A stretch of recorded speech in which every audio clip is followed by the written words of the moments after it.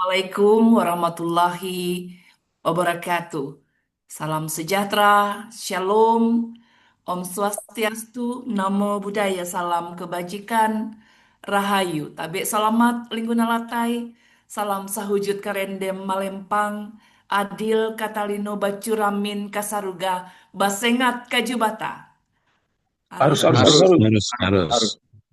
yang terhormat Ketua Dewan Pimpinan Wilayah Forum Silaturahmi Doktor Indonesia Provinsi Kalimantan Tengah, Profesor Dr. Insinyur Joni Gultom, beserta seluruh jajaran pengurus yang boleh hadir, yang kami hormati dan banggakan, Profesor Evi Grafitiani, rekan kolega yang luar biasa dari Universitas 11 Maret Selamat Solo. malam, Selamat Bapak malam, Ibu Mbak Evi. semua, Bu Fitria. Terima kasih untuk hadir di tempat ini dan seluruh peserta webinar DPW Porsiladi Kalimantan Tengah pada bulan Juli tahun 2026 ini. Dan untuk memulai kegiatan ini kita akan mendengarkan kata sambutan yang akan disampaikan oleh Ketua Dewan Pimpinan Wilayah Porsiladi Kalimantan Tengah kepada Profesor Dr. Insinyur Joni Gultom. Kami persilahkan. Terima kasih Bu Fitria. Assalamualaikum warahmatullahi wabarakatuh. Salam, selamat malam, salam sejahtera untuk kita semua. Om Swastiastu, Namo Buddhaya, salam kebajikan. Saya selaku Ketua Umum DPW Porsiladi Kalimantan Tengah menyambut baik seminar webinar hari ini yang dilaksanakan atas kerjasama yang baik antara Porsiladi dengan seluruh rekan-rekan.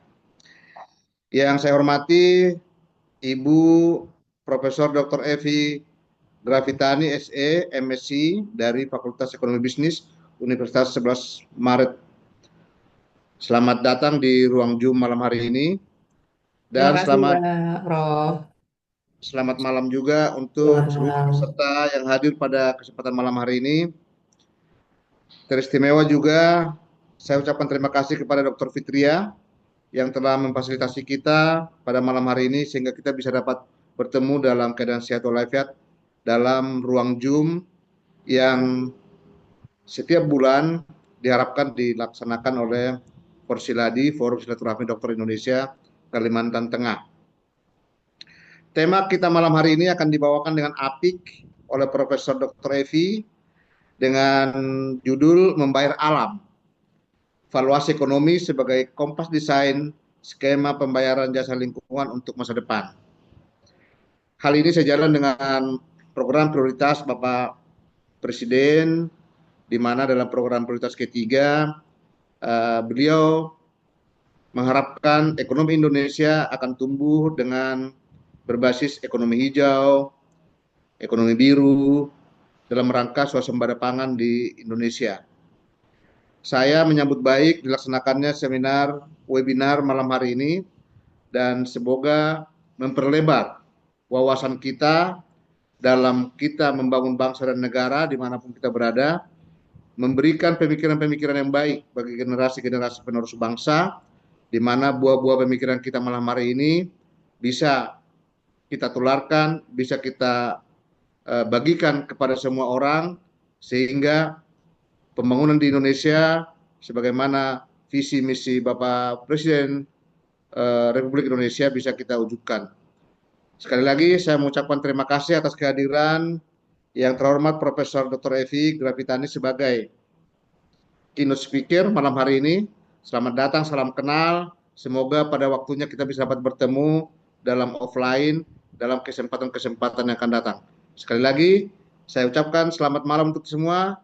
Dengan demikian, webinar DPW Porsiladi Kalimantan Tengah malam hari ini saya nyatakan dibuka. Terima kasih, selamat malam. Assalamualaikum warahmatullahi wabarakatuh. Salam.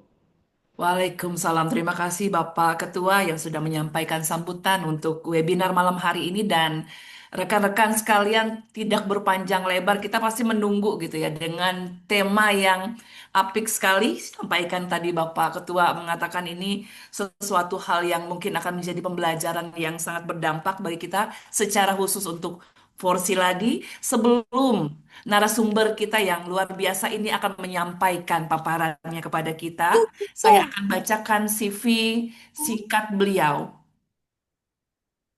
Nama Profesor Dr. Evi Grafitiani SEMSI, CBSI. Beliau adalah guru besar pada Fakultas Ekonomi dan Bisnis Universitas 11 Maret. Publikasi beliau dan pengabdian serta juga kegiatan baik nasional maupun internasional dalam forum-forum diskusi sangat banyak.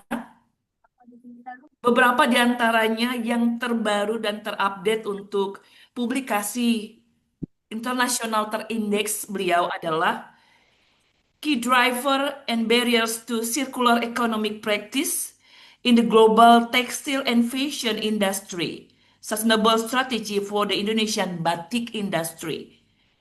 Kemudian yang kedua yang terupdate adalah Aeropolis Economic Development and Agriculture Synergy International Airport Influence on Regional Growth and SDGs Achievement. Luar biasa dan pengabdian beliau yang terbaru adalah Strengthening Heritage-Based MSI Products in Supporting the Potential Sangiran Tourism Village. Jadi beliau ini peneliti yang luar biasa dan beberapa kali Bapak Ibu rekan-rekan peserta webinar saya terlibat di penelitian beliau sebagai responden yang terakhir tentang IKN ya Prof ya luar biasa dan tidak berpanjang lebar kita berikan kesempatan seluasnya untuk Kecil nih, Dek. Profesor Evi Grafitiani untuk memberikan paparan kepada kita. Silakan Prof. Kecil, Oke, kecil kemarin. Bismillahirrahmanirrahim. Assalamualaikum. Selamat malam, Bapak Ibu semua. Terima kasih undangannya Profesor Dr. Insinyur Juni Gultom sebagai Ketua eh, Fors. Waduh, saya harus baca ini. Forum Silaturahmi Doktor begitu ya, Prof. Kemudian ini kakak saya yang luar biasa ini Bu Fitria, setiap kali saya ke Palangkaraya selalu dijamu oleh beliau, diajak kemana-mana ini. Luar biasa. Saya menunggu kehadiran beliau di Solo begitu atau di Jogja. Kita akan kulineran. Jangan, Dak. Waktu. Nggak Oke. boleh. Izin mungkin saya tidak memperpanjang waktu untuk sharing begitu ya. Oke. Oh. Ya. Oke. Ini tadi sudah saya kirim tadi siang seperti janji saya ke Bu Fitria. Mungkin nanti kalau berkenan bisa di-share begitu. Jadi memang tema yang saya eh, angkat malam ini itu mengenai membayar alam. Jadi ceritanya serba berbalas pantun gitu ya. Saya manggil Mbak Fitria biasanya. Hari itu waktu kalau tidak salah itu hari Kamis ya, hari Kamis, maaf, Senin ya, Senin kita kita ber WA dan jadilah hari ini kita bertemu. Kemudian ketika ditanya temanya apa ini tema yang apa namanya yang up to date begitulah. Nah, saya mencoba menawarkan tema ini dan ya alhamdulillah bisa bisa apa saya sharing di sini. Jadi ini sifatnya sharing aja mungkin ya Bapak Ibu. Kemudian bagaimana kita sebenarnya saya sebagai seorang apa peneliti lah gitu, peneliti dan pengajar di ekonomi sumber daya alam dan lingkungan itu ikut berkontribusi dalam alam dan juga masa depan bumi ini begitu. Sehingga judul yang saya ambil atau tema yang saya ambil adalah membayar alam gitu. Kemudian di sini adalah valuasi ekonomi itu sebagai kompas atau sebagai apa namanya petunjuk arah begitu. Bagaimana desain skema pembayaran jasa lingkungan ini akan sangat berguna untuk masa depan. Oke. Nah, kemudian kita lihat di sini. presentasi ini akan ada sekitar 7 tema begitu ya. Kenapa sih harus membayar alam begitu? Kemudian eh, ada valuasi ekonomi. Apa sih valuasi ekonomi itu? Kita bahas mengenai metodenya, sharing saja. Kemudian di sini kita akan masuk bersama-sama ke pembayaran jasa lingkungan (PJL) atau kita kenal juga dengan Payment for Ecosystem Services. Kemudian ada studi kasus, nanti di sini ada satu riset kami begitu. Saya lihat tadi di sini ada Pak Rama ya. Pak Rama ini adalah mahasiswa S3 kami begitu yang menginisiasi tentang riset yang kita lakukan gitu ya. Harapan saya Pak Rama segera eh, selesai begitu eh, disertasinya ya. Oke, kemudian setelah itu berikutnya kita melihat bagaimana karena ini juga pesannya Mbak Fitria, bagaimana dihubungkan antara pembayaran jasa lingkungan ini dengan pembayaran pendapatan asli daerah gitu. Dan khususnya nanti bagaimana PIS ini dengan PAD itu bisa diterapkan di Kalimantan Tengah. Nah, eh, selanjutnya saya akan mulai dengan ketika alam menyediakan air, pangan, kemudian air bersih dan kehidupan. Semua itu kita menganggap bahwa alam itu memang apa namanya memberikan semuanya dengan gratis gitu. Artinya ya sudah kita kita ini saja kita manfaatkan tanpa tanpa perlu melakukan apapun begitu. Padahal kalau kita nilai begitu berdasarkan jurnalnya Konstanta tahun 2021 itu nilainya adalah 125 sampai 140 triliun US dollar per tahun. Nah, tetapi ini memang kita kita nggak melihat bahwa ini ada nilai ini ada gitu dalam perhitungan ekonomi. Sehingga saya bisa mengatakan bahwa alam sudah bekerja, tapi nilainya sering dilupakan. Sehingga eh, lagi-lagi sebagai ekonom ya saya mengajak, ayo kita hitung. Kemudian ketika kita kita melihat bahwa ada hitungannya, maka kita akan menghargai dan kita akan melindungi apa namanya sumber-sumber alam ini, air bersih, pangan, udara bersih, dan itu tentu saja akan berpengaruh ke kehidupan kita. Nah, kemudian kita lihat sebenarnya kenapa sih perlu dinilai begitu? Karena ternyata hutan, air bersih, biodiversity, pangan itu yang dalam lingkungan kita kenal dengan jasa ekosistem itu sebenarnya memiliki manfaat bagi manusia gitu, baik bagi masyarakat secara umum, industri, kemudian untuk air bersih bagi perusahaan air minum dan juga pertanian dan juga sebenarnya hal-hal yang lain gitu. Tetapi ya ini tidak memiliki harga pasar. Kalau kita mungkin kita bertanya begitu, berapa sih harga sebatang pohon di hutan gitu? Kita tidak bisa langsung menentukan, oh itu harganya katakan misalnya 100.000, 200.000, 1 juta, 5 juta. Nah, itu itu kita tidak bisa langsung menentukan gitu sehingga apa yang terjadi atau ikan di laut seperti biodiversity ini berapa sih harganya gitu kan kita tidak bisa langsung menentukan. Nah, apa yang terjadi ketika hal itu apa namanya kita tidak bisa menentukan ya sudah pasar gagal karena dengan kegagalan pasar dengan nggak ada harganya dengan kita bisa katakan bahwa itu priceless begitu maka eksploitasi menjadi berlebihan. Kemudian dengan eksploitasi berlebihan ada lagi yang apa namanya masalah lain dengan pencemaran, degradasi lahan dan juga kehilangan keanekaragaman hayati dalam hal ini. Nah, valuasi ekonomi di sini bertugas sebenarnya mengukur nilai jasa lingkungan. Jadi dalam istilah valuasi kita mengenal adanya monetasi, diuangkan lah begitu ya. Hutan itu harganya berapa, air bersih itu harganya berapa, biodiversity dan pangan yang kita makan itu berapa harganya. Sebenarnya tujuannya adalah supaya ada konservasi yang berkelanjutan. Kemudian alamnya juga terjaga, manfaatnya berkelanjutan, kemudian kesejahteraan generasi yang mendatang juga akan terjamin. Nah, di sini ada satu quote yang menurut saya cukup baik, yaitu kita melihat bahwa apa yang tidak dihitung seringkali tidak menjadi prioritas dalam eh, dalam pembangunan. Saya baca di chat ada salam dari Forsiladi Maluku. Salam kembali Bapak atau Ibu. Nah, kemudian selanjutnya kita lihat bahwa, nah, selama ini kita melihat kalau hutan itu menghasilkan uang ketika hutan itu ditebang kayunya. Nah, apakah kalau hutan itu tetap lestari, artinya tetap berupa hutan itu tidak memiliki nilai ekonomi?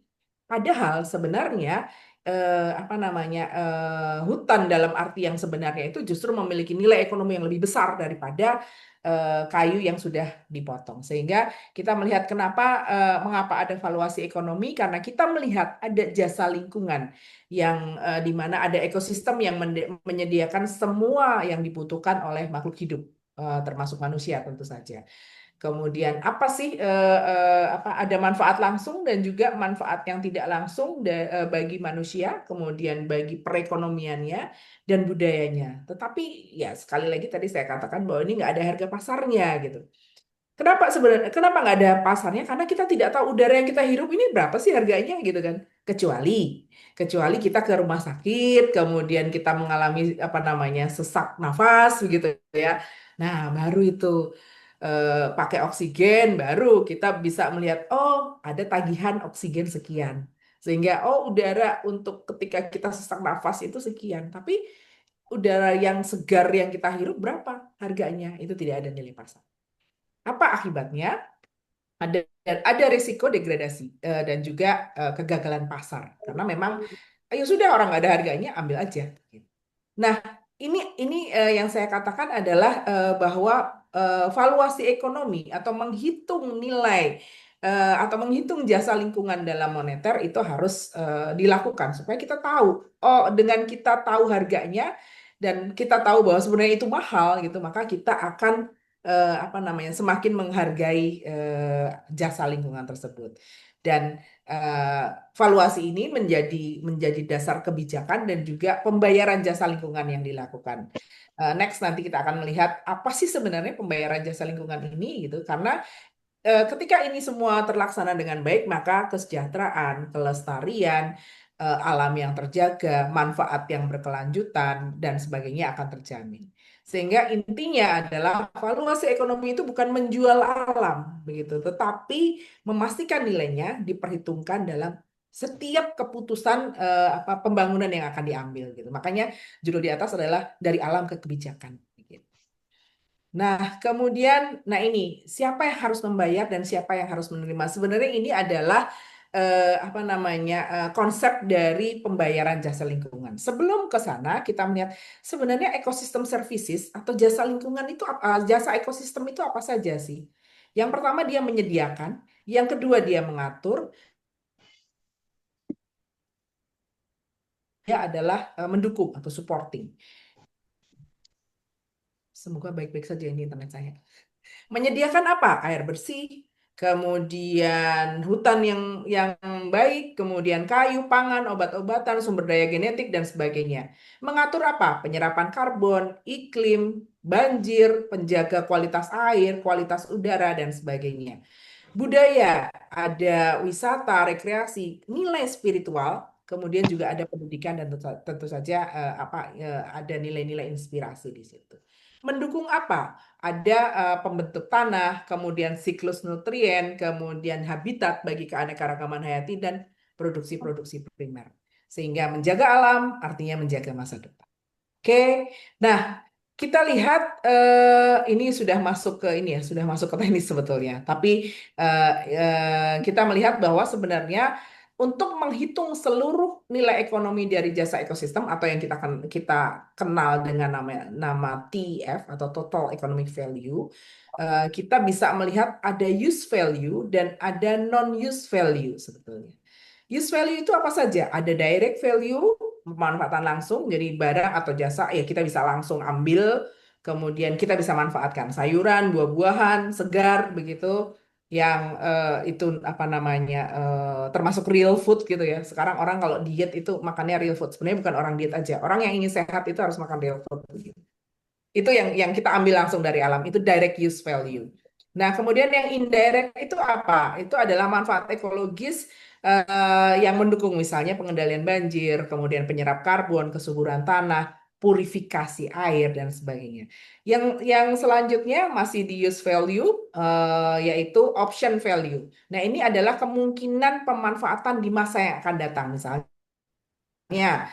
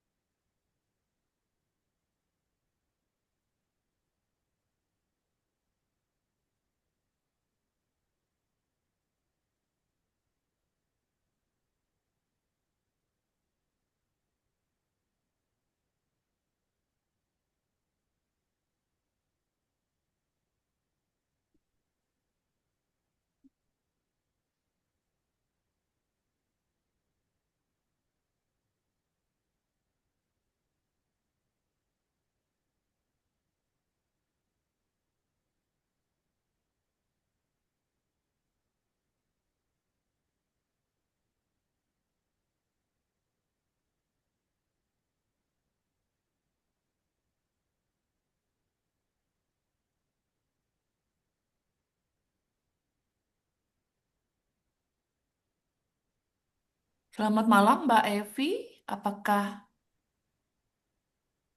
oh beliau eh, Sepertinya menghilangkan diri? terpental, Bu. Betul, betul. Terpental sepertinya, Bu. Baik, saya coba hubungi beliau ya. Mohon izin, Bapak Ibu sekalian.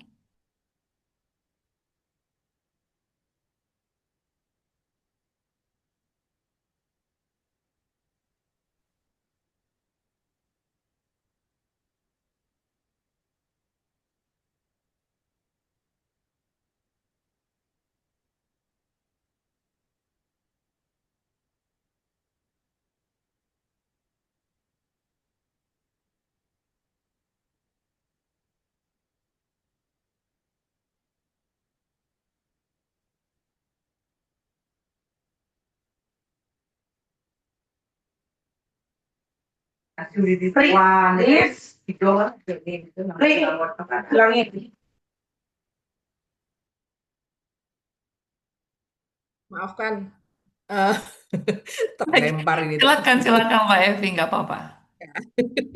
Oke, ya sebentar. Saya share lagi.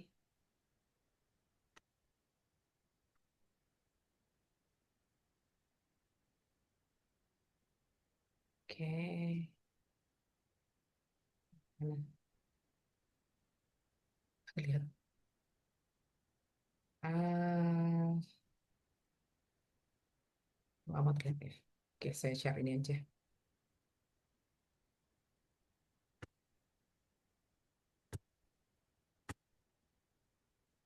Oke.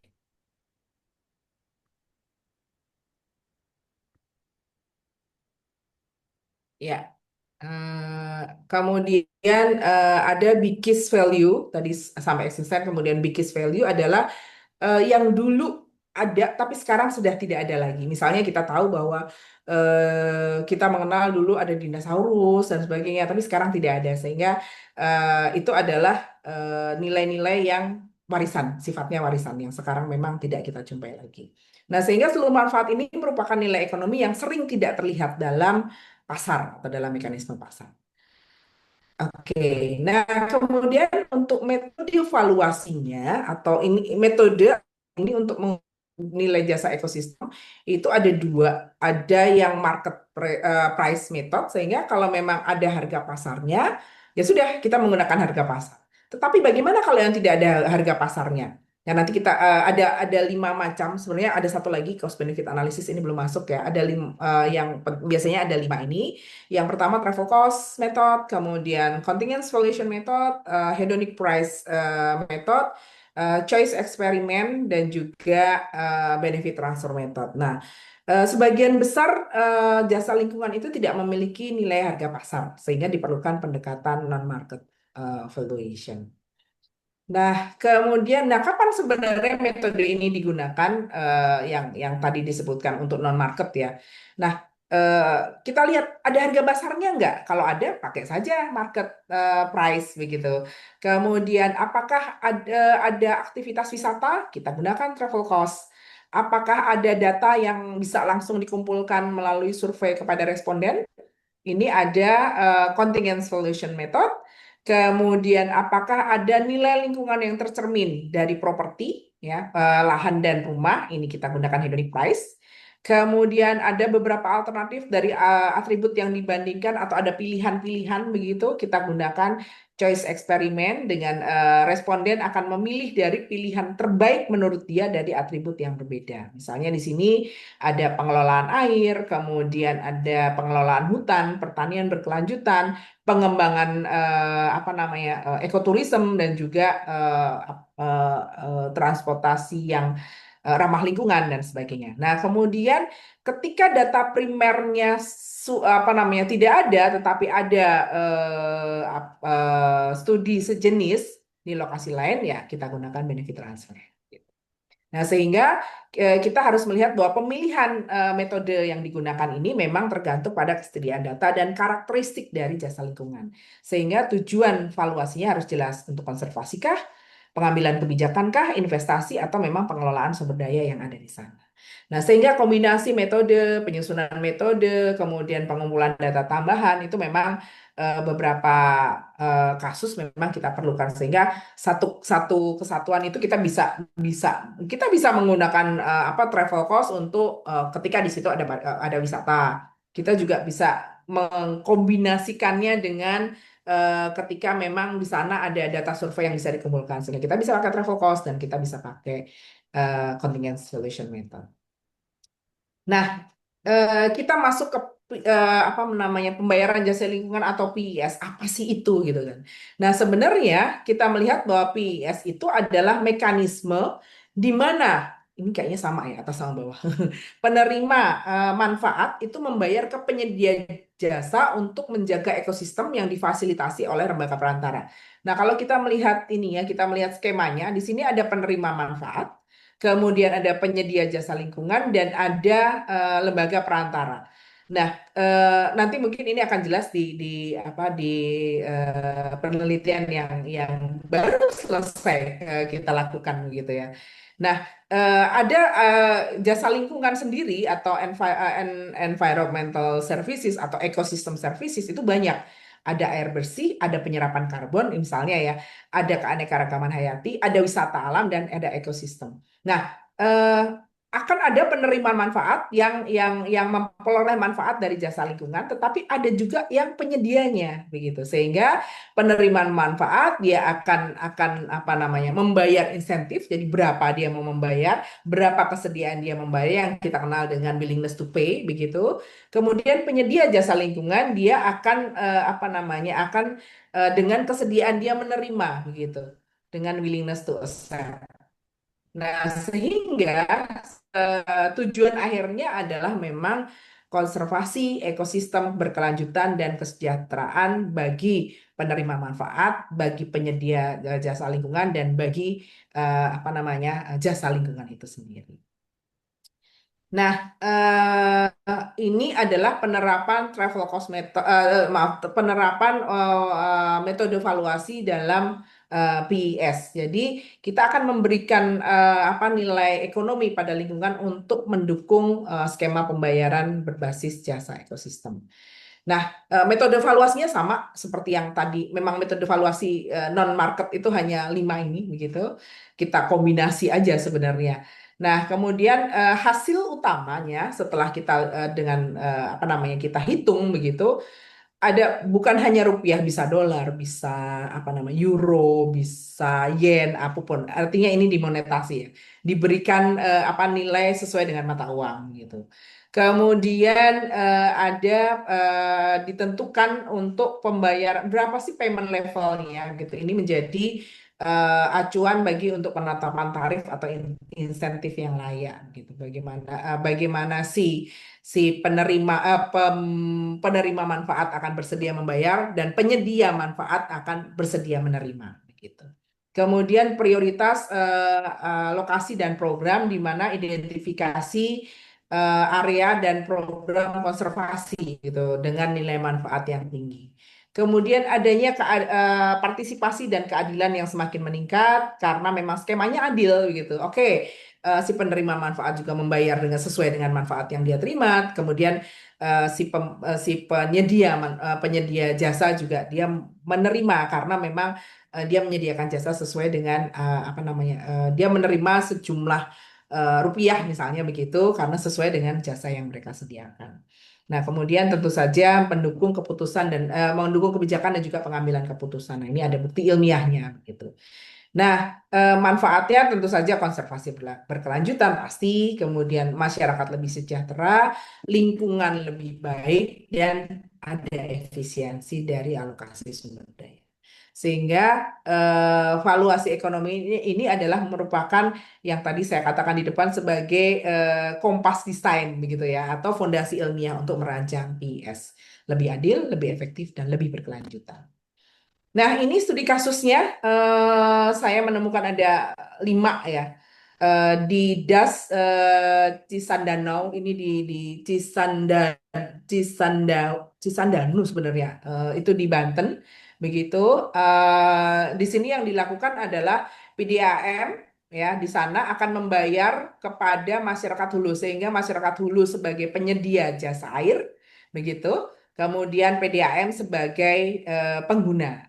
Kemudian yang kedua di Lombok ini apa riset dari teman-teman saya, teman baik saya, Prof. Deswandi. Beliau dari sama profesor di ekonomi lingkungan juga, beliau dari Universitas Mataram.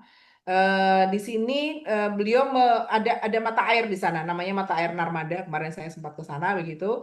Kemudian penjaga penjaga mata air ini yang menyediakan jasa lingkungan, kemudian masyarakat di sini pengguna air ada hotel, industri, rumah tangga dan sebagainya membayar. Cuma memang Tidak mau PIS ya. ini sifatnya masih apa namanya Tidak mau masih ya. rancangan. Kalau Cisandano ini sudah. Nah, yang ketiga ini yang kami lakukan riset. Nanti setelah ini kita akan bicara banyak di Das Pusur di Klaten, Jawa Tengah, dekat saja begitu. Nah, di sini juga ada penyedia air dan ada masyarakat pengguna. Nah, selanjutnya adalah yang keempat ini di Raja Ampat, Papua Barat Daya, luar biasa. Di sana memang apa namanya ketika kita ke sana maka yang lain itu sudah paling bagus itu masih di Raja Ampat itu memang eh, mereka mengatakan bahwa last paradise ya atau surga terakhir gitu yang harusnya dilihat itu surga terakhir maksudnya setelah kemana-mana baru melihat Raja Ampat dan itu yang paling baik begitu. Nah ini eh, penyedia jasanya adalah memang konservasi di sana tetapi basisnya adalah wisata bahari. Ini sebenarnya ini juga dilakukan di Lombok ya di Gili Mantra namanya di Gili Trawangan, Gili Air, Gili eh, Meno itu satu kawasan namanya Gili Mantra gitu. Nah, kemudian juga di mangrove ini yang saya sudah buat proposal berulang kali tapi belum ada pendanaan begitu. Bagaimana pesisir dan mangrove ini dengan blue carbon atau yang kita kenal dengan blue economy. Izin kalau di belakang nama saya itu ada CBEC itu adalah Certified Blue Economy gitu. Jadi saya tersertifikasi untuk menghitung apa blue economy yang ada di wilayah pesisir mangrove sampai ke laut begitu. Tapi apa namanya? Saya baru ke wilayah mangrove saja gitu. Jadi ada mangrove-nya dan kemudian ada pihak yang menjaga mangrove dan ini memang bisa apa namanya perdagangan karbon di sini masuk begitu. Nah, mengapa penting? Karena ini ada insentif bagi penyedia atau penjaga jasa lingkungan, kemudian ada menjamin untuk apa namanya keberlanjutan ekosistemnya, kolaborasinya, dan tentu saja pembangunan berkelanjutan dan kesejahteraan masyarakat. Sehingga keterlibatan masyarakat lokal adalah kunci begitu. Kemudian kolaborasi pasti pemerintah, swasta dan masyarakat. Nanti kita bahas juga di slide berikutnya. Kemudian ada sistem monitoring. Nah, ini dilakukan oleh lembaga independen. Nah, sehingga PIS bukan hanya konservasi tapi juga investasi sebetulnya. Sehingga PIS ini akan berkontribusi terhadap pencapaian SDGs dan ketahanan ekosistem. Oke, nah kemudian, nah ini yang saya ceritakan tadi bahwa eh, tujuan penelitian yang kita lakukan adalah memang apa namanya mengestimasi kesediaan membayar untuk di wilayah tengah. Nanti kita lihat petanya. Kemudian kesediaan menerima di wilayah hulu. Kemudian bagaimana apa sih sebenarnya faktor sosial ekonomi yang mempengaruhi apa namanya WTP dan WTA ini begitu. Kemudian bagaimana apa PIS berbasis air ini melihat perbedaan WTP dan WTA itu. Eh, ini lokasi penelitian kami yang baru saja selesai, bukunya baru naik cetak. Nanti ada satu buku yang memang memang apa namanya nanti kalau kalau berminat monggo kita bisa saya bisa share begitu ya. Nah, ini adalah Gunung Merapi begitu. Kemudian yang di depannya itu saya lupa nama gunungnya. Mungkin nanti Pak Rama bisa bantu ya. Nah, kemudian ada bagian hulu, kemudian bagian tengah dan bagian hilir. Nah, riset kami di bagian hulu di 2 desa di atas itu memang dengan suhu yang sangat dingin gitu ya. Desa Merian dan Desa Pagerjurang. Kemudian yang di bawah itu adalah Desa Ponggok dan Desa Cokro. Nah, kemudian yang wilayah hilir ini menunggu apa namanya founding berikutnya begitu ya. Mudah-mudahan tahun ini dapat pendanaan lagi sehingga kita bisa lengkapi ke wilayah hilir. Nah, sehingga perannya yang wilayah hulu ini sebagai penyedia jasa lingkungan, kemudian yang wilayah tengah itu sebagai pengguna, sehingga kita nggak sampai hilir tadi pengguna pertanian, domestik, dan wisata. Nah, kita fokus ke masyarakat di sini, ke masyarakat.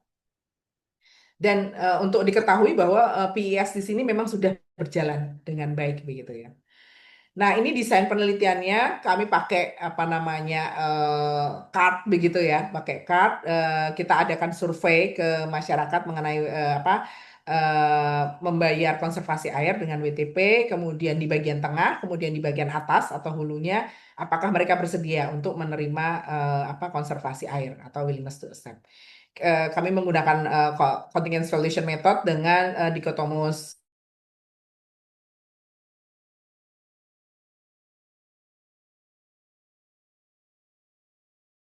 Mohon izin, Mbak Evi, suaranya tidak terdengar.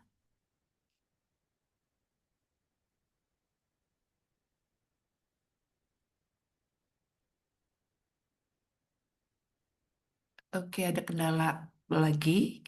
Rekan-rekan kita menunggu untuk beliau bisa masuk kembali. Iya, maaf, maaf. Aman, kita sangat Bolak-balik, memaklumi, aduh, Prof. aduh. Oke, sampai ya sampai sini. Nah, ini adalah hasilnya, ya. Hasilnya kita melihat bahwa kita lihat yang bawah aja, rata-rata orang mau menerima itu per per orang ya, per individu itu sekitar 400 401 401.666 rupiah. Sedangkan orang hanya mau membayar itu 36.283 rupiah. Artinya WTA 11 kali lebih tinggi daripada WTP. Nah, apa ini sebabnya? Ternyata ini WTA orang akan cenderung menerima lebih tinggi karena aduh maaf, ada opportunity cost untuk kehilangan lahan dan ada risiko kehilangan pendapatan dan ketidakpastian manfaat konservasi. Nah, kemudian WTP-nya rendah karena menganggap bahwa kontribusi atau apa namanya ketika dia mau membayar air itu ya menjadi beban tambahan. Mereka masih mengatakan bahwa kenapa saya harus bayar air? Air yang lewat di rumah saya ini kan gratis ya. Apa pemberian Tuhan begitu ya, pemberian yang maha kuasa. Kok saya harus bayar begitu kan? Sehingga saya bayar airnya juga segitu, saya nggak bayar juga segitu. Nah, ini sebenarnya yang perlu perlu ditekankan bahwa air yang dibayar itu bukan untuk saat ini, gitu, tapi untuk masa yang akan datang.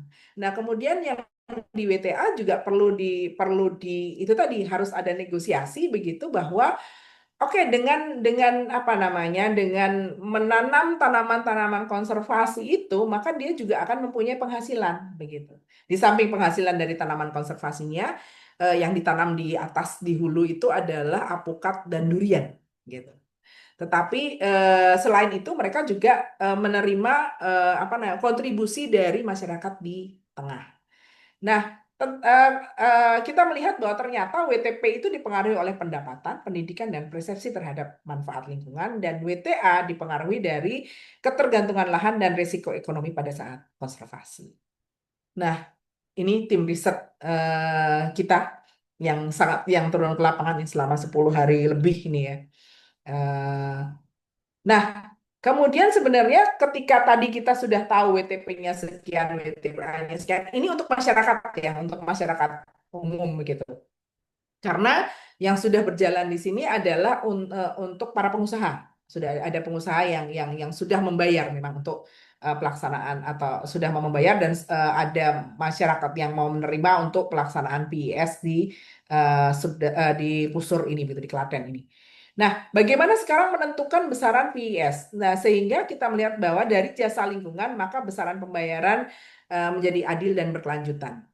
Oke, kalau kita lihat kasus di Pusur itu adalah eh, jasa lingkungan apa sih yang menghasilkan dan memberikan manfaat kepada penerima manfaat air, ya kalau di Pusur air, kalau di lain tempat ya biasanya sih air, hutan dan sebagainya. Nanti kita lihat kasus Kalimantan Tengah begitu. Nah, kemudian ya kita lakukan valuasi ekonomi sehingga kita melihat tadi nilai rata-ratanya 400 orang, kalau lebih banyak mungkin hasilnya juga tidak terlalu berbeda begitu. Nah, kemudian kita apa namanya nilai manfaat WTP itu kita melihat bahwa ada berapa sih orang sebenarnya bersedia membayar begitu. Kemudian ada WTA, berapa sih orang bersedia menerima. Nah, di sini harus ada kesepakatan apa namanya, ada mekanisme yang disepakati begitu, ada hak dan kewajiban, ada besarnya pembayaran dan sebagainya.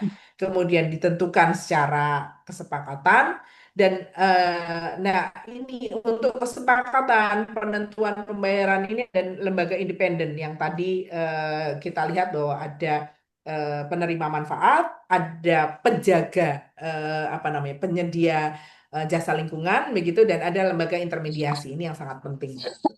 Termasuk nanti apa namanya melakukan implementasi dan monitoring dari bagaimana apa namanya pembayaran jasa lingkungan ini bisa berjalan dengan baik. Nah, kemudian selanjutnya ini tantangannya. Yang pertama, dananya terbatas, memang ya, karena memang apa namanya volunteer dari kita belum ada PS yang memang sudah benar-benar di apa namanya ditetapkan begitu, karena ini masih, saya pikir masih tergolong baru dan orang bertanya-tanya apa sih ini begitu ya. Nah, kemudian kerangka regulasi dan kebijakan ini juga harus harus apa namanya eh, belum memadai. Ini kan harus melibatkan semua semua pihak begitu. Yang ketiga ini yang paling penting juga, kepercayaan dan keadilan. Ketika ada tidak percaya, ada khawatir, ini sebenarnya uangku ini kemana gitu kan, larinya dan sebagainya. Nah, ini harus apa namanya. Kemudian kesediaan data dan informasi ini juga penting, yang sekarang itu belum terintegrasi dengan baik. Monitoring dan verifikasinya ini juga ya masih mahal, belum konsisten, dan partisipasi dan kapasitas. Makanya ini menjadi tantangan sehingga implementasi PIS memang membutuhkan dukungan ke 6 hal ini. Nah, selanjutnya kita akan melihat, nah ini penguatan. Saya menggunakan heksahelik ya, heksahelik A, B, C, G, F, G, M. Ya, memang bisa bisa apa namanya aktornya bisa banyak begitu. Ada akademik, ini paling penting begitu. Bu Fitria ini selalu selalu kami minta untuk apa namanya 2 kali ya Bu Fitria ya, untuk ketahanan makanan, yang kemarin terakhir untuk IKN gitu. Kemudian bisnis, bagaimana apa bisnis ini bisa bisa apa namanya berkolaborasi dalam penguatan PIS. Masyarakat jelas, community sebagai penyedia jasa lingkungan. Kemudian yang tidak kalah pentingnya sebenarnya adalah financial institution. Ini termasuk Bu Fitria ini di sini harusnya apa namanya melihat bagaimana teman-teman dari perbankan begitu atau dari lembaga keuangan yang lainnya itu apa menaruh perhatian yang sangat penting bagi green finance ini. Kemudian selanjutnya adalah government ya, government atau pemerintah dalam ini regulasi-regulasinya. Dan yang terakhir yang tidak kalah pentingnya adalah media. Bagaimana apa namanya media itu artinya masyarakat orang itu bisa tahu bagaimana sih sebenarnya PIS itu bagaimana diterapkan, bagaimana apa ketika itu diterapkan dengan baik, apa sih keuntungannya dan sebagainya. Sehingga dengan sinergi ini diharapkan bahwa PIS ini bisa lebih berhasil, lebih kuat begitu sehingga quote-nya adalah ketika alam dihargai secara adil maka konservasi itu bukan investasi, tetap menjadi investasi, bukan menjadi beban. Nah, ini pesan Bu Fitria, Mbak Fitria. Jadi bagaimana sih sebenarnya PIS ini untuk menjadi strategi peningkatan PAD gitu ya. Jadi dari konservasi menuju ke kesejahteraan daerah. Kita tahu ada ekosistem, kita menjaga lingkungan, kemudian ini kita lakukan dengan valuasi, kemudian ada investasi dan juga dengan PIS tadi, maka sebenarnya diharapkan pendapatan asli daerah itu akan meningkat dan kesejahteraan tentu saja akan meningkat. Nah, sumber-sumbernya apa saja? Retribusi air bersih. Ini kerjasama dengan PDAM, ekowisata blue carbon, ini apa namanya sekarang luar biasa begitu. Kemudian carbon credit, ini juga apa merupakan pendapatan baru. Kemudian maaf yang ini mangrove ya, kemudian karbon, kemudian ekowisata.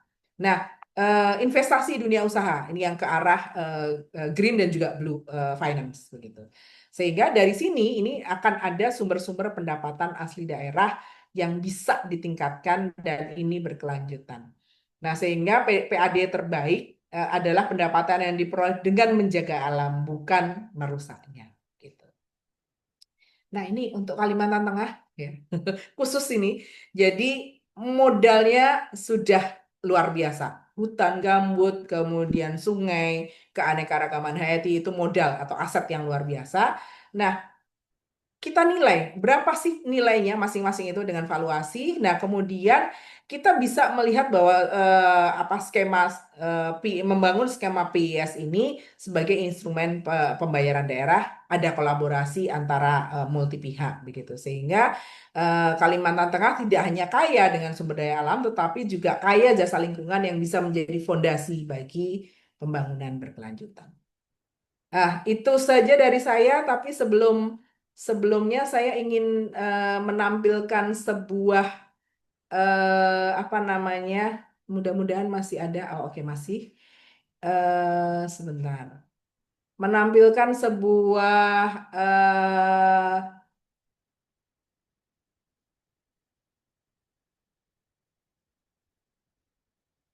video ya, video yang saya peroleh dari IG. Mungkin bisa yang kiri kanan tidak usah disimak ini saja nggih. Tapi ini bisa menjadi pemikiran bisa menjadi ya mencerahkan kita semua. Monggo. Anda cuma buat pulang dan beli 100 hektar hutan, dan hutan itu sama sekali nggak ditebang, malah menghasilkan uang. Loh kok bisa? Namanya Pak Aca Alamsyah, di Bukit Lawang, Kabupaten Langkat, Sumatera Utara, tepat di pinggir Taman Nasional Gunung Leuser, dia justru ngelindungin hutan yang dibelinya. Setelah pulang ke Indonesia, Pak Aca bikin penginapan kecil buat wisatawan. Lama-lama, dia lihat hutan di sekitarnya makin banyak yang beralih fungsi. Akhirnya, dia milih beli lahan sedikit demi sedikit supaya tetap jadi hutan. Pohonnya dari ditebang, malah ditanami pohon buah buat makanan orang hutan dan satwa liar lainnya. Orang hutan di habitatnya, suara sampai nikmatin suasana yang masih alami. Yang jual bukan kayunya, tapi pengalaman yang nggak bisa dibeli di kota. Hutan tetap hijau, dompet juga ikut hijau. Yang bikin merinding, Pak Aca bilang momen paling bahagia itu pas lihat orang hutan mulai turun lagi ke sungai buat minum. Itu tandanya habitat yang dijaga mulai dipercaya lagi sama satwa liar. Inilah yang disebut ekonomi ekologis. Hutannya tetap utuh, satwanya tetap hidup, warga sekitar dapat penghasilan, wisatawan juga dapat pengalaman. Kadang kita mikir alam itu baru ada nilainya kalau diambil. Padahal ada kalanya alam justru paling berharga saat dibiarkan tetap hidup. Kalau hutan bisa ngomong, kira-kira dia bakal bilang apa ke manusia? Tulis versi kamu di komentar. Oke, ya itu kira-kira yang terakhir dari apa yang saya sampaikan. Jadi quote yang terakhir adalah kadang kita merasa bahwa hutan itu harus diambil untuk apa bisa menghasilkan manfaat ekonomi. Padahal hutan itu cukup dibiarkan seperti itu dirawat dan dia akan menghasilkan manfaat ekonomi yang luar biasa. Terima kasih. Saya kembalikan ke Mbak Fitria sebagai moderator. Baik, terima kasih Prof. Evi Grafitiani dengan paparan yang luar biasa, Bapak Ibu rekan-rekan. Dan langsung saja kami akan membuka ruang diskusi bagi kita. Tentunya tidak sabar untuk bisa berdiskusi dengan beliau, terutama secara khusus ini berasal dari riset ya. Jadi banyak yang bisa digali. Kami buka ruang diskusi, baik rekan-rekan yang ingin membuka langsung pertanyaan maupun yang menulis pertanyaan di kolom chat. Kami persilahkan. Adakah yang sudah ingin mengajukan diskusi? Selamat Baik. malam, Ibu. Selamat malam Pak Dr. Nikodemus. Silakan Bapak Mau langsung saja. bertanya, Ibu. Eh, Kira-kira ke depan tidak ada lagi hal-hal yang bersifat gratis ya, baik udara, air, dan lain-lain. Dan sekarang ini kan sepertinya, termasuk udara yang kita hirup ya, termasuk udara yang kita hirup ini, saya pikir untuk beberapa waktu mendatang tidak lagi ada lagi hal-hal yang gratis. Kira-kira kalaulah contohnya udara ya, contohnya udara. Kalau ini dikomersialkan, bagaimana cara menghitungnya? Oh, ini saya kira penting ya. Jadi ada cara menghitung kapasitas udara yang akan kita jual nanti kepada masyarakat. Bagaimana kira-kira cara kita untuk menghitungnya? Itu saja Bu, pertanyaan saya Bu.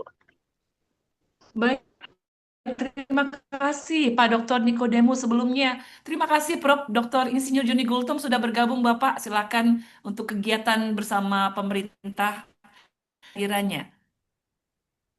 Baik, silakan Profesor Evi Grafitiani bisa langsung dijawab untuk pertanyaan Bapak Dr. Nikodemus.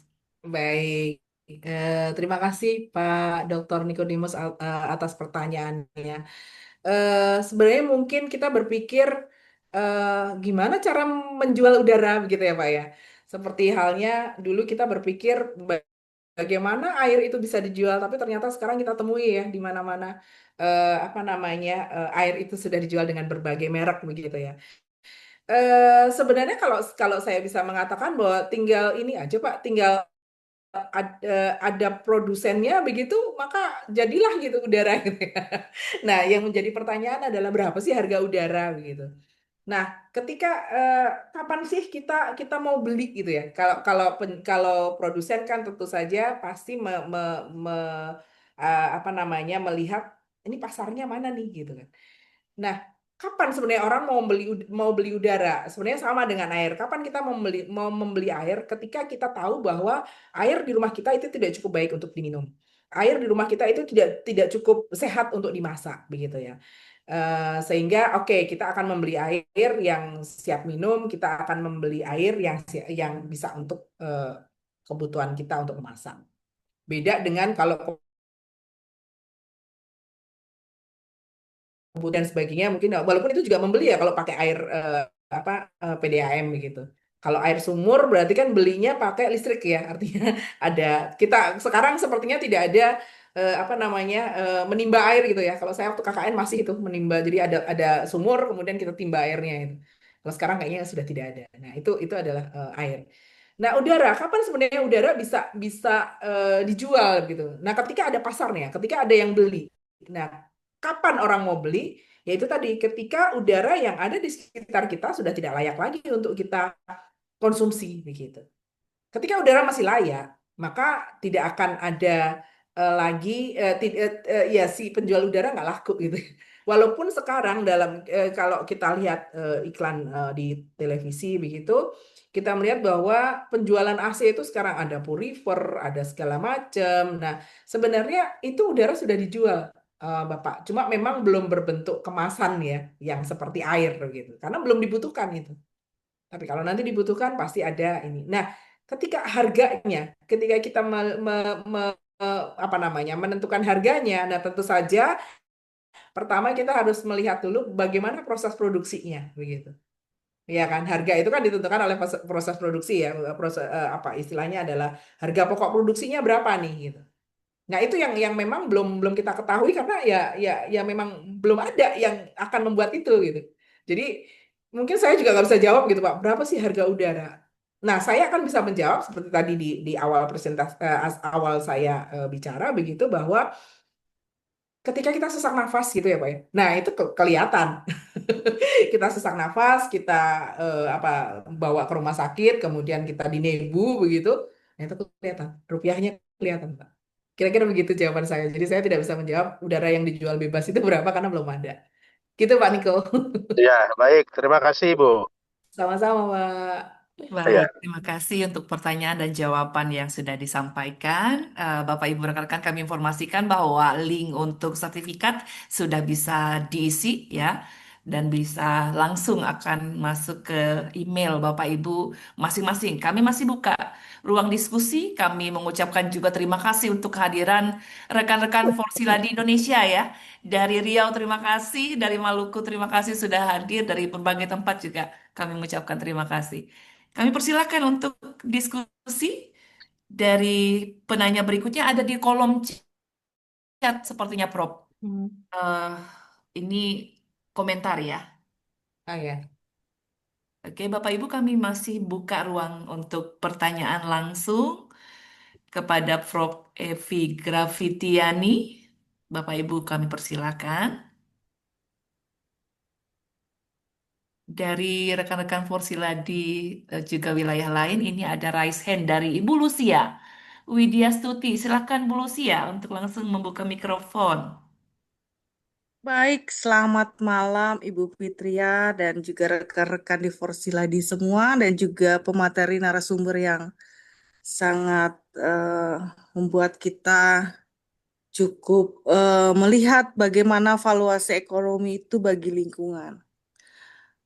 Pertanyaan saya begini Bu, dan mungkin ada sedikit kita mengulas sedikit bahwa kalau jasa lingkungan itu lebih banyak kalau kita berbicara itu kan biasanya di dalam dokumen lingkungan itu di KLHS ya Bu ya.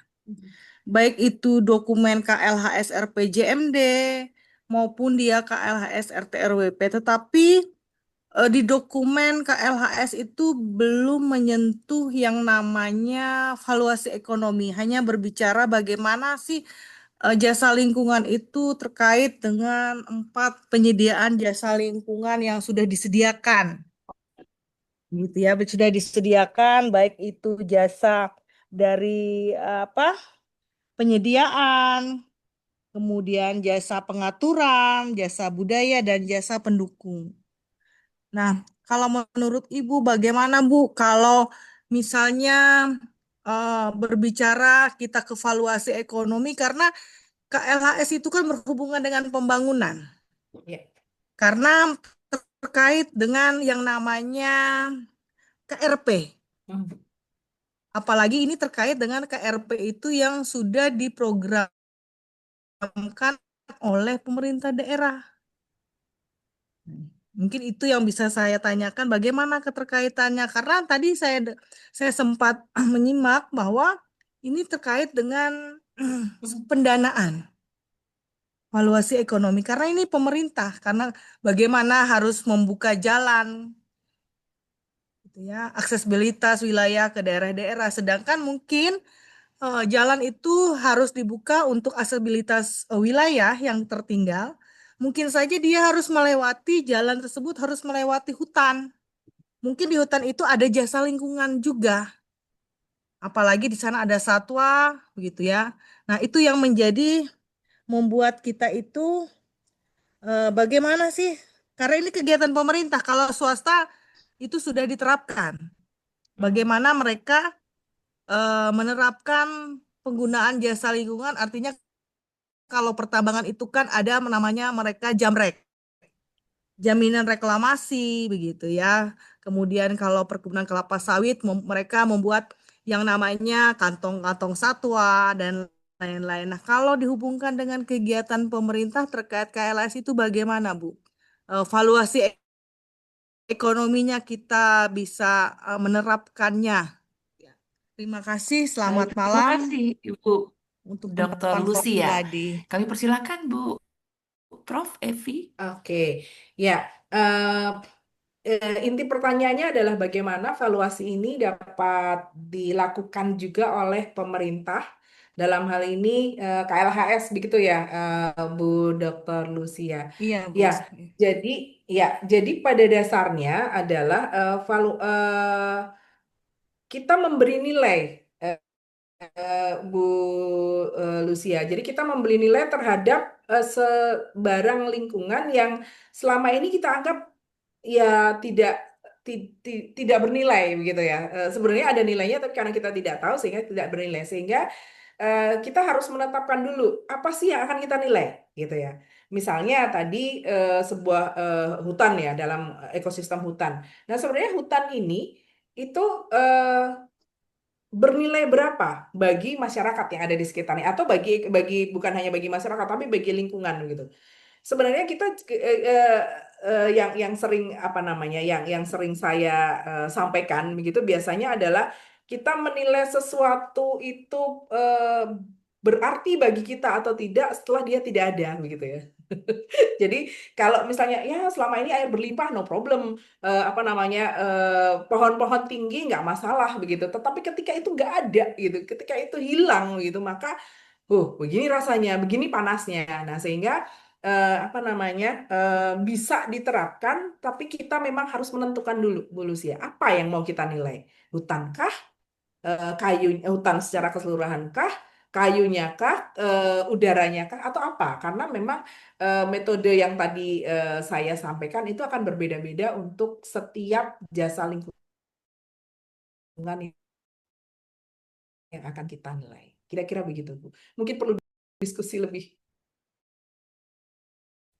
Sepertinya Prof. Evi harus ke Oh, Kalimantan Tengah siap, gitu ya siap. Karena untuk begini diskusi Bu, ada itu. beberapa kegiatan itu, ini kan dia terbangunnya memang sudah apa ya, di luar dari misal jalan, jalan itu kan otomatis kalau sudah dibuka kegiatan-kegiatan itu kan otomatis dia akan terbangun juga, gitu Mhm. ya. Nah, artinya kan itu kan pembangunan yang sudah dilakukan oleh pemerintah, sudah direncanakan dalam jangka pendek, menengah sampai jangka panjang. Nah, terkait juga kan sekarang beberapa kegiatan dari proyek strategis nasional gitu ya, terkait proyek strategis nasional yang mengharuskan itu beberapa kegiatan misalnya adalah food estate. Nah, sedangkan posisi food estate itu setelah kita overlay gitu ya, overlay ke beberapa peta yang ada di beberapa dokumen, ternyata ini ada masuk kegiatan-kegiatan lain yang memang sudah ada ataupun ya memang ada kegiatan yang memang gambut misalnya seperti itu ya. Nah, karena ini terkait kegiatannya adalah milik pemerintah gitu ya. Milik pemerintah yang kita eh, sudah kita gambarkan di dalam KLHS itu dia memiliki jasa ekosistem yang Ibu sampaikan, tetapi karena ini adalah kegiatan pemerintah, itu bagaimana gitu ya. Jadi kita kalau swasta kita kan sudah ada apa beberapa persyaratan yang mereka harus sudah laksanakan. Misalnya mereka tidak boleh misalnya hutan lindung mereka tidak boleh menambang begitu ya. Itu kan sudah ada aturan yang resmi gitu ya. Sudah ada aturan di dalam peraturan perundang-undangan. Tetapi kalau punya pemerintah kegiatan itu bagaimana kita bisa mengukurnya gitu ya. Karena kalau di dokumen KLHS hanya berbicara tentang jasa ekosistemnya saja, gitu Oke, kan. Belum ya. sampai menilai. Kalau nggak tidak salah seperti itu ya Bu Fitria, ya, karena Bu Fitria ini salah satu penyusun eh, eh, KLHS RPJMT ya Bu Fitria ya, RPJMD, Bu. RPJMD. Nah, hanya berbicara jasa ekosistem belum sampai ke valuasi ekonominya, gitu ya. Tapi memang lebih bagus kita berharap bahwa perhitungan itu sangat menyentuh untuk sampai ke ekonomi, valuasi ekonominya. Terima kasih Bu atas masukannya. Ya, ini justru menurut teman-teman di eh, Kalimantan Tengah untuk mari kita bersama-sama menghitung gitu. Bersama-sama menghitung, kemudian di UPR ya Bu ada biaya biaya apa namanya, ada dana riset gitu ya. Cobalah dana risetnya kita gunakan untuk melakukan valuasi gitu. Nah, ini akan menjadi hal yang menarik ini. Begitu Bu Baik, terima Fitria. kasih Prof. Iya. Evi. Ini kita harus baca dulu ya pertanyaan dari uh, Pak Juriah Sajid di kolom chat. Yang ingin dikatakan adalah konteks penegakan hukum lingkungan. Bagaimana hasil valuasi, bagaimana hasil valuasi ekonomi jasa ekosistem dapat dijadikan dasar yang sah untuk menghitung kerugian lingkungan dan menentukan besaran ganti rugi, serta mendukung upaya pemulihan lingkungan dalam perkara perdata maupun pidana lingkungan hidup. Prof. Evi, mungkin silakan bisa ditanggapi untuk Oh ya, ya. pertanyaan. Maaf karena tadi eh, sempat keluar. Sebentar, saya baca lagi aja. Ini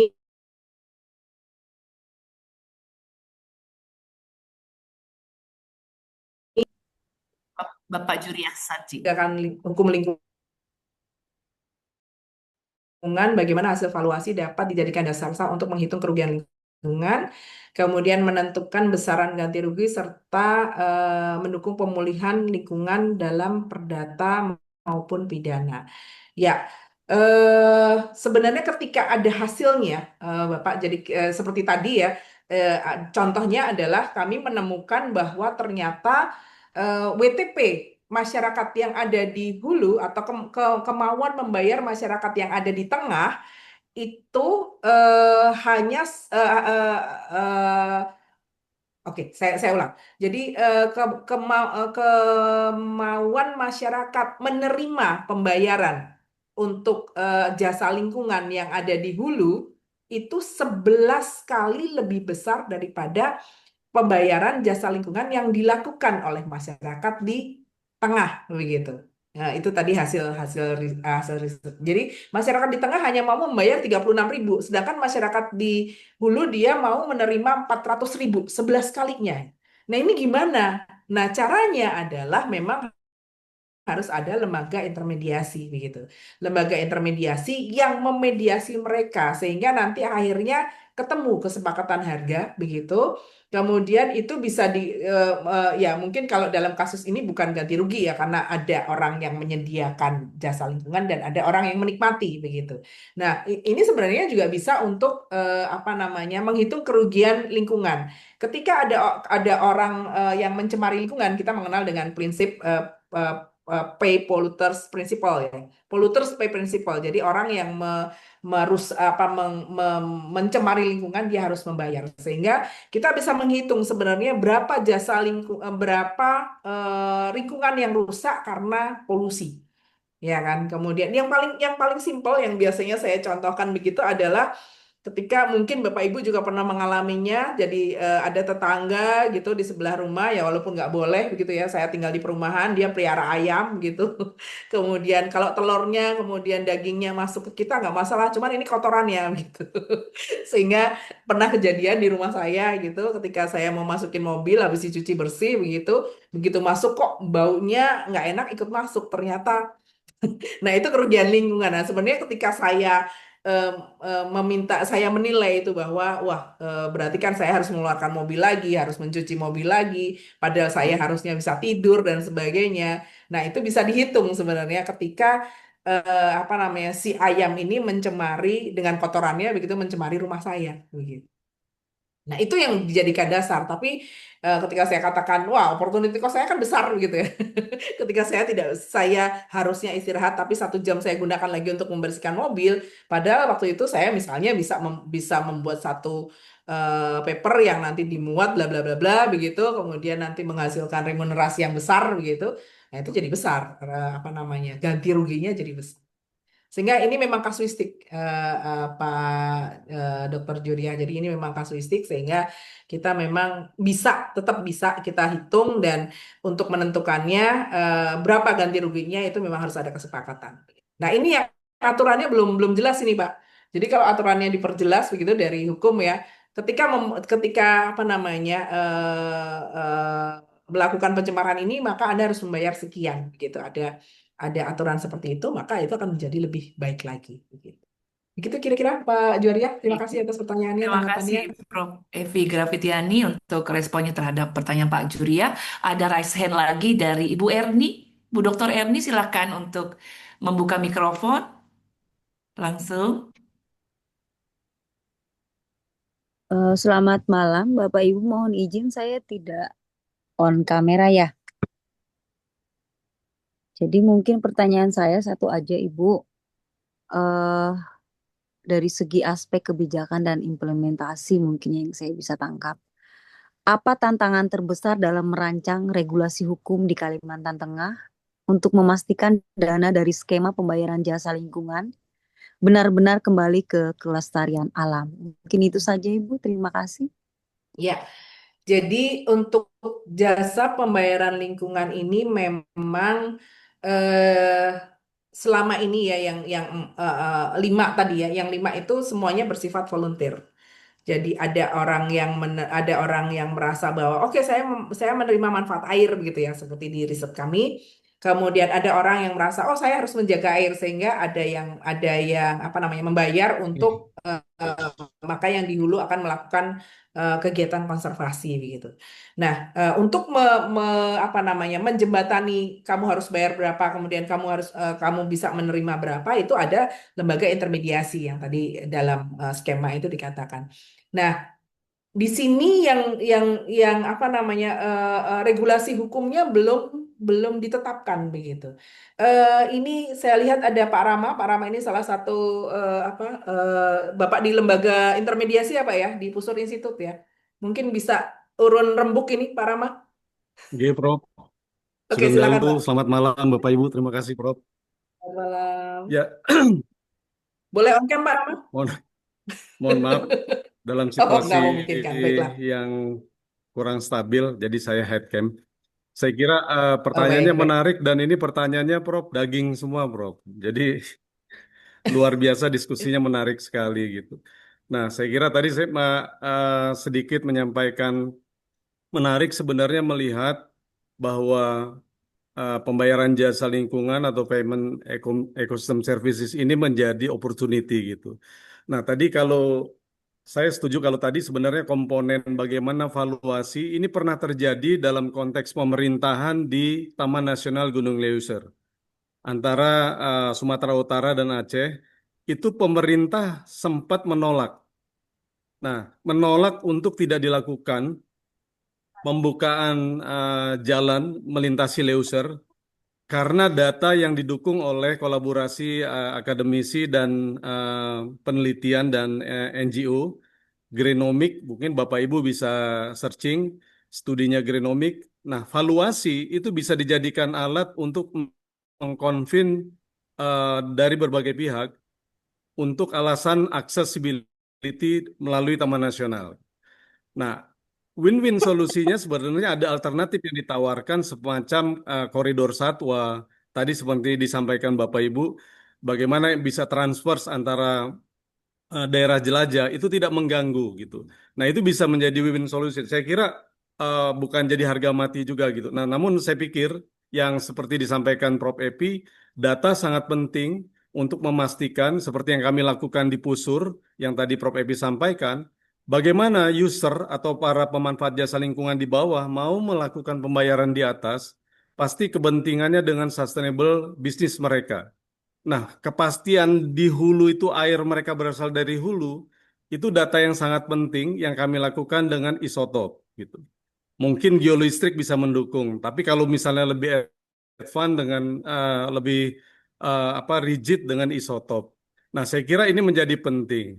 Nah, kemudian yang apa tadi Prof. Epi sampaikan dalam konteks bagaimana memastikan implementasi ini dengan ruang atau pos anggaran yang kembali kepada konservasi ini sangat menarik gitu. Nah, saya kira skemanya akan beda ketika pembayaran jasa lingkungan PJLH dan instrumen yang orang menyebutnya juga dengan IJL, imbal jasa lingkungan. Nah, ini lebih spesifik. Imbal jasa lingkungan biasanya dilakukan seperti Cirebon dan Kuningan. Bagaimana kabupaten Kuningan itu karena di hulu dia menerima kompensasi pembayaran dari Cirebon yang menggunakan air dari Kuningan. Ini lebih spesifik. Jadi antara government to government gitu. Kalau PJLH itu inisiatifnya voluntary dan bisa bersumber dari government to government, bisa sorry government to community atau private sector dan seterusnya. Itu sedikit Prof. Matur nuwun Bapak Ibu. Makasih Pak Rama. Baik begitu yang sudah disampaikan tanggapan dari Prof. Epi dan Pak Rama, Bu Erni. Dan apakah ada tanggapan dari Bu Erni berikutnya? Kalau tidak, kita akan beralih ke kolom chat. Ada dari Bapak Abah, Pak Abah ya. Ini Pak Abah dari kolom chat ini komentar juga ya, Prof. Epi ya.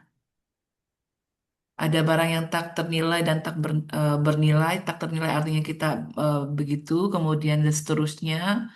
Oke, em, bagaimana cara untuk menghitung kerugian tersebut? Misalnya ketika hutan ditebang, kemudian tanaman herbal ikut hilang dan seterusnya. Dan mungkin bisa ditanggapi, Prof. Ya, oke. Ya, jadi ada barang tak ternilai dan barang tak ternilai dan tak ternilai. Tak ternilai artinya kita tidak bisa menilai. Kemudian tak ternilai, tak berharga. Kemudian hutan ada barang yang tak ternilai, misalnya tanaman herbal atau jamu yang usianya ribuan tahun. Ketika hutan ditebang menjadi perkantoran, wah ini tragis ya. Hutan jadi perkantoran begitu, tanaman herbal ikut hilang. Nah, bagaimana cara menghitung kerugian tersebut? Nah, sebenarnya bahwa apa namanya kalau hutan kemudian dijadikan perkantoran atau perumahan ini memang bukan hanya herbalnya saja yang hilang ya, maka satu satu apa namanya satu ekosistem hutan menjadi hilang semua sehingga fungsi-fungsi hutan menjadi hilang. Nah, tadi saya sempat mengatakan bahwa ketika dia ada mungkin kita tidak begitu merasakan keberadaannya begitu ya. Tetapi ketika dia hilang begitu, maka kita melihat bahwa wah sebenarnya hal yang simple adalah pohon begitu. Ketika ada pohon kita cuma mungkin ribut masalah ini daunnya selalu rontok, selalu kita menyapu tiap hari bla bla bla begitu. Tetapi ketika pohon itu hilang, maka ya ini udaranya jadi panas, kemudian kalau pohonnya banyak mungkin resapan airnya menjadi berkurang dan sebagainya sehingga untuk menghitung kalau pertanyaan untuk menghitung maka ya kita harus menghitung total economic value begitu. Kita harus melakukan list dulu. Saya sebenarnya ada satu satu alat begitu ya, satu cara begitu atau spreadsheet lah begitu ya. Untuk sebenarnya ketika hutan itu kita mau valuasi apa sih yang ada dalam hutan itu. Jadi kalau tadi ada use value itu kita kita lihat use value-nya hutan apa saja. Kemudian di use value itu ada direct use value apa saja, kemudian indirect-nya apa, kemudian option-nya apa, kemudian di non use value eksisten yang ada apa, bikisnya apa. Nah, kita list semua, nah baru masing-masing kita hitung. Jadi memang perhitungannya kalau menurut saya tidak rumit tapi menyenangkan begitu. Bukankah yang rumit-rumit itu menyenangkan gitu ya? Sehingga menantang kita sebenarnya. Jadi untuk kita mengetahui. Jadi kalau bagaimana menghitungnya ya kita memang harus menghitung total economic value. Tinggal kesediaan waktu dan biaya yang kita gunakan gitu untuk menghitung. Kira-kira begitu Pak Abah ya dan Mbak Fitria. Baik, terima kasih, Prof. Ini masih ada dari Bapak Dr. Naufal, Pasca Sarjana Universitas Muhammadiyah Palangkaraya ya. Beliau menanyakan terkait apakah ada aplikasi, Prof, untuk menghitung IJL ini. Ah, begitu, silahkan ditanggapi. Kalau aplikasi sepertinya tidak ada begitu ya. Jadi memang kita harus melis dulu ya. Kita harus inventarisasi dulu apa yang mau kita hitung begitu.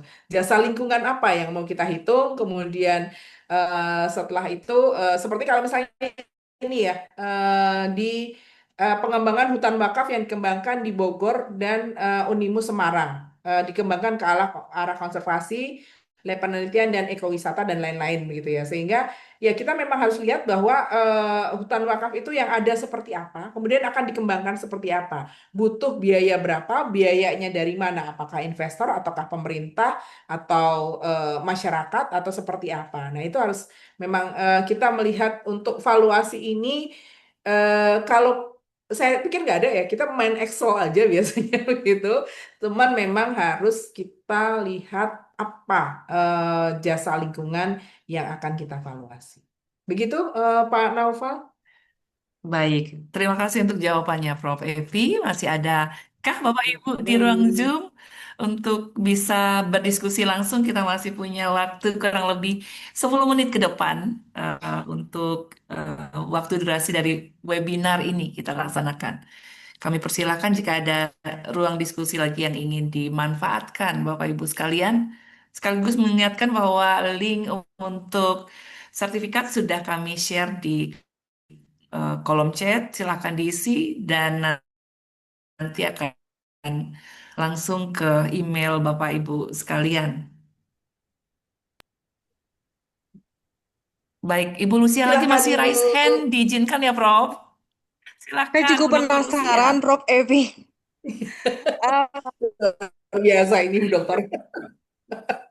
Begini, Prof, apakah valuasi ekonomi itu bisa kita pakai memprediksi untuk misalnya 10 tahun ke depan, begitu ya? Bisa, Apakah bisa. bisa itu, Asal Prof? datanya ada bisa.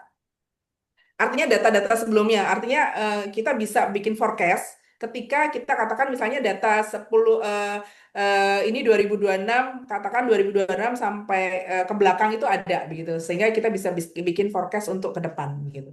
Kemudian kita harus melihat juga inflasi ya karena ini ya Oke. karena apa namanya variabel-variabel ekonomi kita harus melihat inflasi, kita harus melihat eh, kondisi ekonomi negara yang di mana apa namanya jasa lingkungan itu ada, perkembangan ekonominya seperti apa. Jadi variabel lingkungannya masuk begitu, Bu Lucia, tetapi kita juga melihat variabel-variabel ekonomi yang membuat harga-harga itu mungkin bisa berubah begitu. Kalau bis, Pasti bisa, Bu. kalau memang seperti itu, Prof, berarti bisa dimasukkan dalam satu, saya pernah ikut itu, artinya satu softwarenya itu yang sistem dinamik, yang sudah ada yang sekarang yang Dynamic Center itu, Prof, Ya, yang miliknya IPB. ya, bisa, Itu bisa. bisa ya, Prof, ya Pasti. dimasukkan Bisa, dalam bisa. software itu. Bisa. Cuma ya itu tadi Bu Lucy, datanya harus ada dulu Ya, gitu. datanya memang karena kita harus melihat skala prioritasnya, kemudian Betul. skala Ya, prioritasnya yang di mana kemudian ada semacam upaya tambahan, ya, upaya tambahan untuk bisa kita bagaimana valuasi ekonomi itu bisa betul, dihitung. betul. Kalau saya melihat untuk software yang Ya, tersebut betul. begitu ya. Karena kami pernah menghitung, saya pernah Hmm, menghitung tapi hanya skalanya kecil, Prof.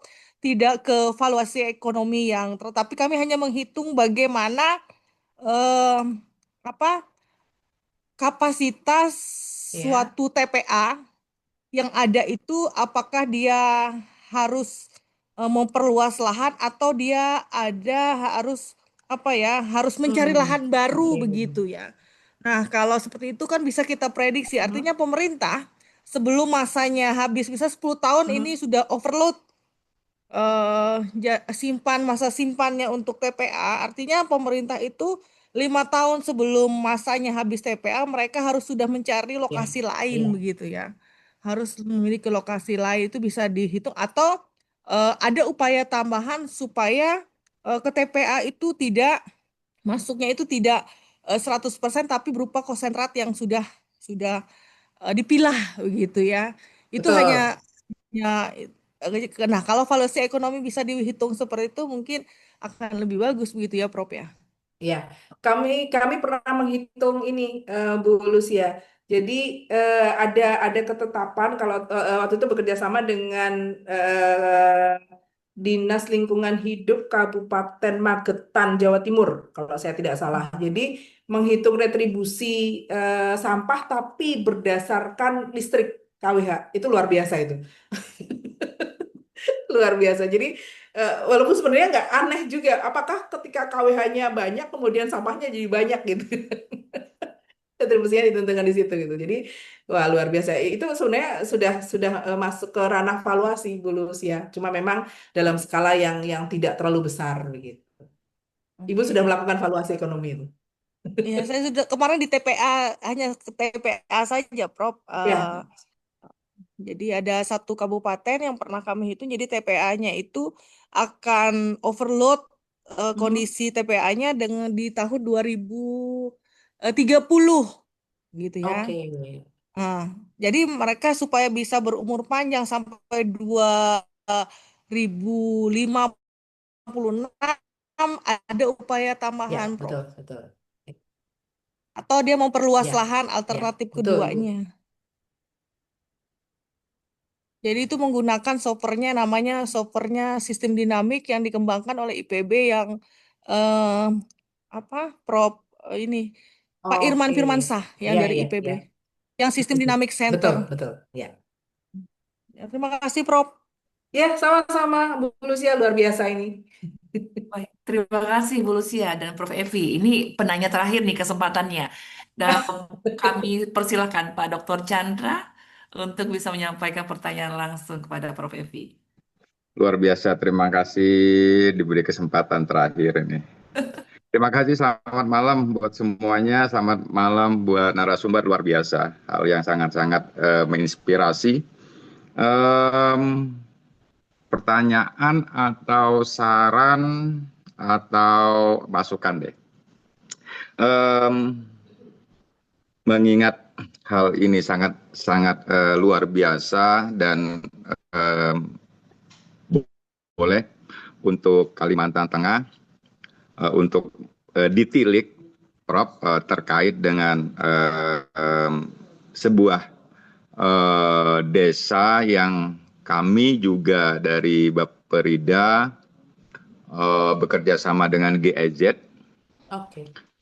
Ada desa binaan di Kabupaten Pulang Pisau, Desa Pilang, yang dikelola oleh teman-teman Yayasan Tambuhak Sinta, menggagas perekonomian alam dari desa.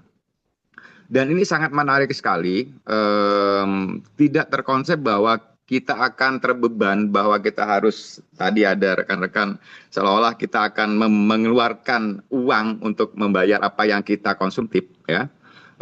Tapi malahan di desa ini adalah bagaimana alam memberikan ekonomi yang masyarakat yang bisa hidup.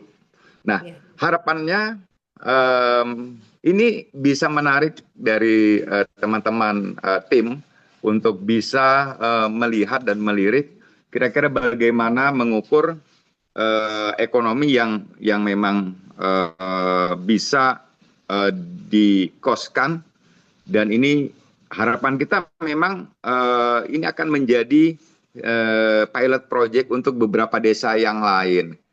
Tapi kita memang belum pernah melakukan berapa sih sebenarnya ekonomi yang ditimbulkan, yang diambil dikarenakan mereka akrab dengan alamnya ini, chemistry dengan alam, yang mereka yang sebelumnya tidak peduli dengan sekitarnya, tapi sekarang mereka lebih aware banget dengan alamnya.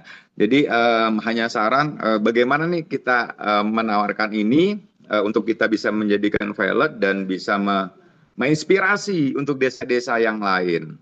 Harapannya menjadi saran untuk kedepannya, Bu Dokter, sebagai moderator Bu Fitri, budaya alam Kaltang untuk Indonesia. Nah, ini bagaimana bisa menginspirasi kita untuk mengangkat topik ini, karena dari sebuah lokal kita akan bisa menasionalkan Kalimantan Tengah dari sisi budaya alamnya. Mungkin itu Bu Prof, monggo untuk di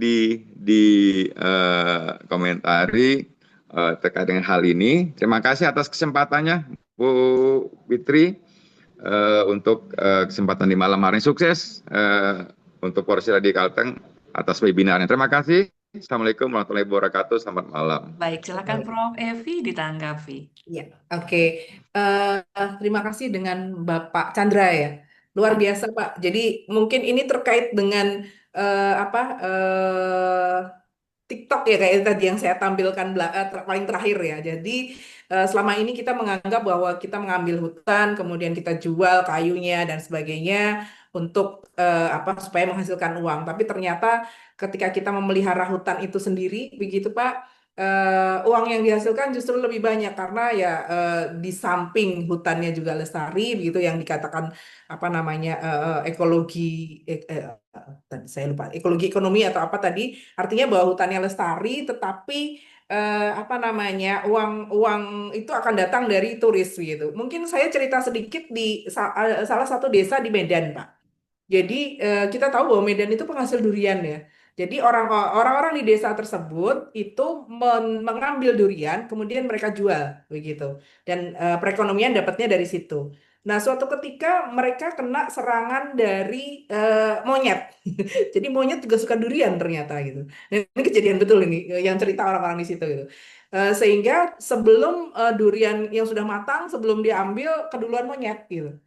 Nah, kan pusing nih, orang-orang di situ tuh pusing. Nah, ada satu orang yang mengatakan bahwa biarkan monyet-monyet itu makan durian gitu, dan difoto aja begitu, difoto, di video, kemudian di-share ke ke ya yang saya katakan media tadi, di-share ke media.